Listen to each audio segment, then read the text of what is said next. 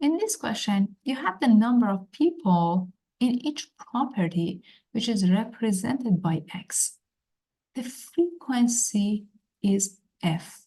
So take a look. One resident is associated to 1,007,669 properties. So what happened is the statistician, the team, collected the data. They went to different properties and asked, how many residents are living here? In 1,007,669 properties, it happens that there is only one resident. 901,4,820 property have 2 residents in them. 514,359 properties have 3 residents in them.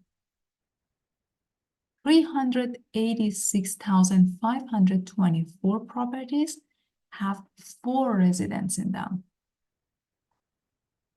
174,968 properties have 5 residents in them. 71,739 properties have 6 people living in them.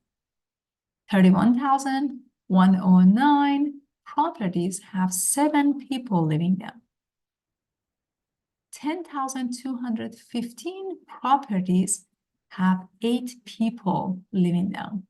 And finally, they found that 12,735 properties have 9 or more than 9 people living in them. So this is the data that you have. Question says, compute N, which is the total number of properties in the table. What's the meaning of that? It means that if I add all of these numbers together, the sum is the total number of properties they asked and surveyed. It happens that if you add 1,914,820 and the rest of these numbers, it adds up to 3,124,138. So the team of statisticians collected data by going to 3 million properties. Now we want to build the probability or relative frequency for each one of these. What are we going to do? We're going to divide each one of these numbers by the total. So let me pull up my calculator and show you how to do the computation here to get an accurate value. Let me share the screen with you so you see what we have here. So we are basically dividing each relative frequency by the total. The relative frequency here is 1,007,669 divided by 3,124,138. If we do the division, we get 0.3225. And because of this 5, we're going to round this up, okay? 0.323. That's how you end up with this relative frequency or probability. We can continue this process. If you continue this process, you can find the next probability, which is 914,820 divided by 3,124,138, which gives you 0.293. So basically it says, hey, you have 29.3%. So that's how you find the probability for each one of these data. So what's the use of these data? When you have a relative frequency or the probability, you can basically graph and visualize and analyze the behavior of your data.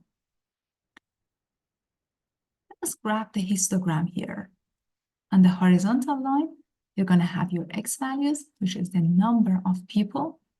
On the vertical line, you have the relative frequency. So remember that here you have 32.3%, 29.3%. You're finding the maximum value, and you're going to stop at the maximum value. You're not going to go up to 100% or 50% or more. Scale it to the point that it is more convenient. So as you can see, the very first relative frequency or the probability is 32.3%. So what is happening here?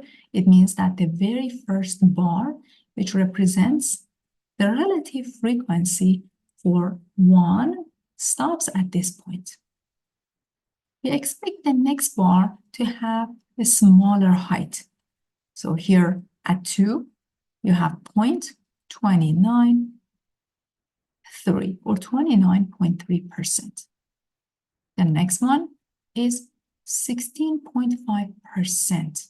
So as you can see, the bar stops here. The fourth is 12.4%, which is this smaller bar. For 5, 6, and 7, and 8, and 9, you can basically graph these. But what is the behavior of this graph?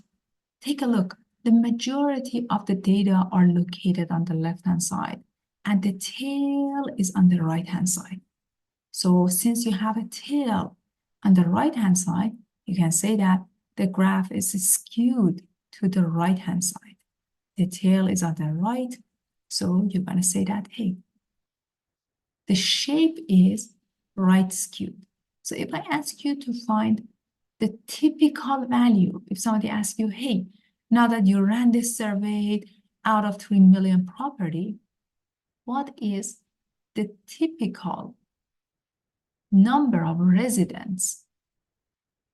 And you're going to say that, hey, since the data is skewed to the right-hand side, to balance this object, it must be located around this point. So it means that you have either 2 or 3 people per household. That is the center or the mean or the balancing point of your data between 2 and 3.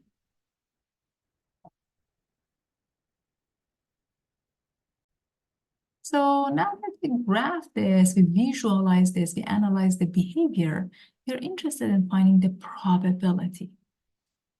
What is the chance that x is less than equals to 4? What's the meaning of that?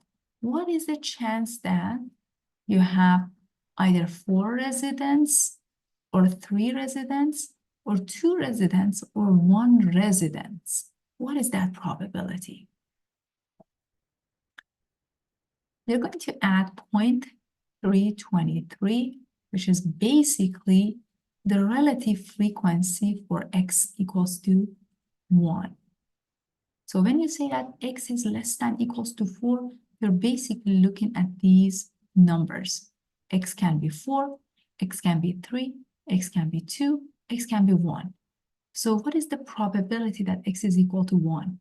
It is 0.323, or this bar here. You're looking at the area. Plus, what is the probability that x is equal to 2? It is 0.293, or basically this graph area here, plus 0.165, which is basically this relative frequency or probability that we calculated for the area on the histogram. Plus, finally, for 4, you have relative frequency 0.124 for basically the area on the histogram. If you add these numbers together, it's going to be 0.95. 5, or the probability is 90.5%. That's the meaning of that. That's how we calculate the probability when x is less than or equal to 4. When you have x at most 4, another wording for it, what's the probability that x is at most 4? It means that x can be 4, x can be 3, x can be 2, or x can be 1. You need to add all of these probabilities together to find the probability of x being at most 4.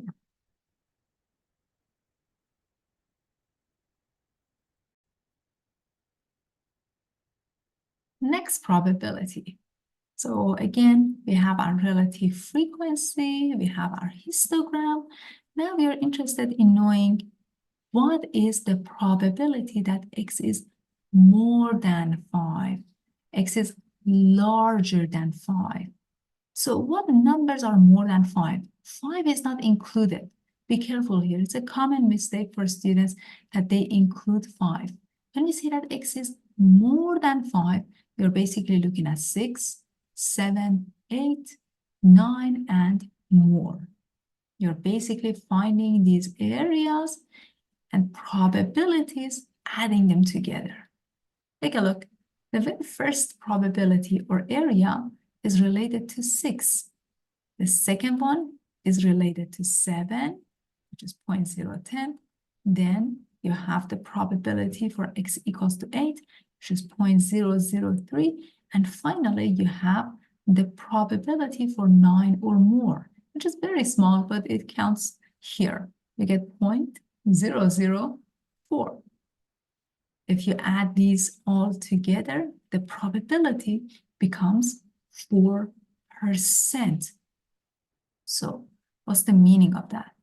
It means that if I randomly select one of these properties and ask, hey, how many residents do you have? And if I'm looking at 6, 7, 8, or more than 9, it happens that I only have 4% chance. So that's how we calculate the probability for a discrete random variable.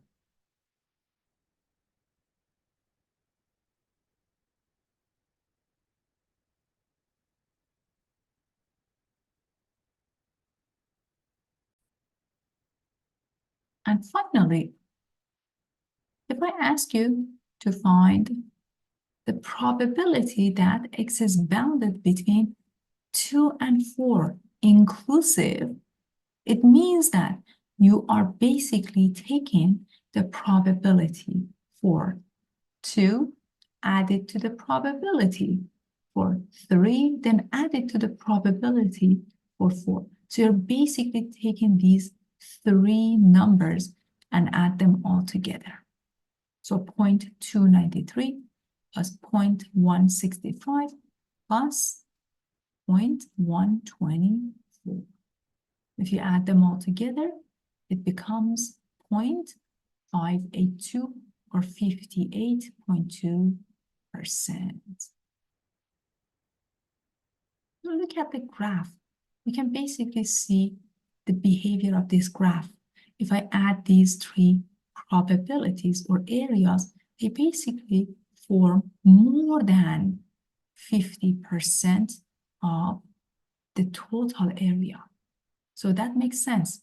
Here, the majority of properties are occupied by 2 or 3 or 4 people if we add them all together. And please note that if there was no equality here, you're basically finding the probability that x is bounded between 2 and 4, which is going to be probability that x is equal to 3. Let's be careful about these symbols.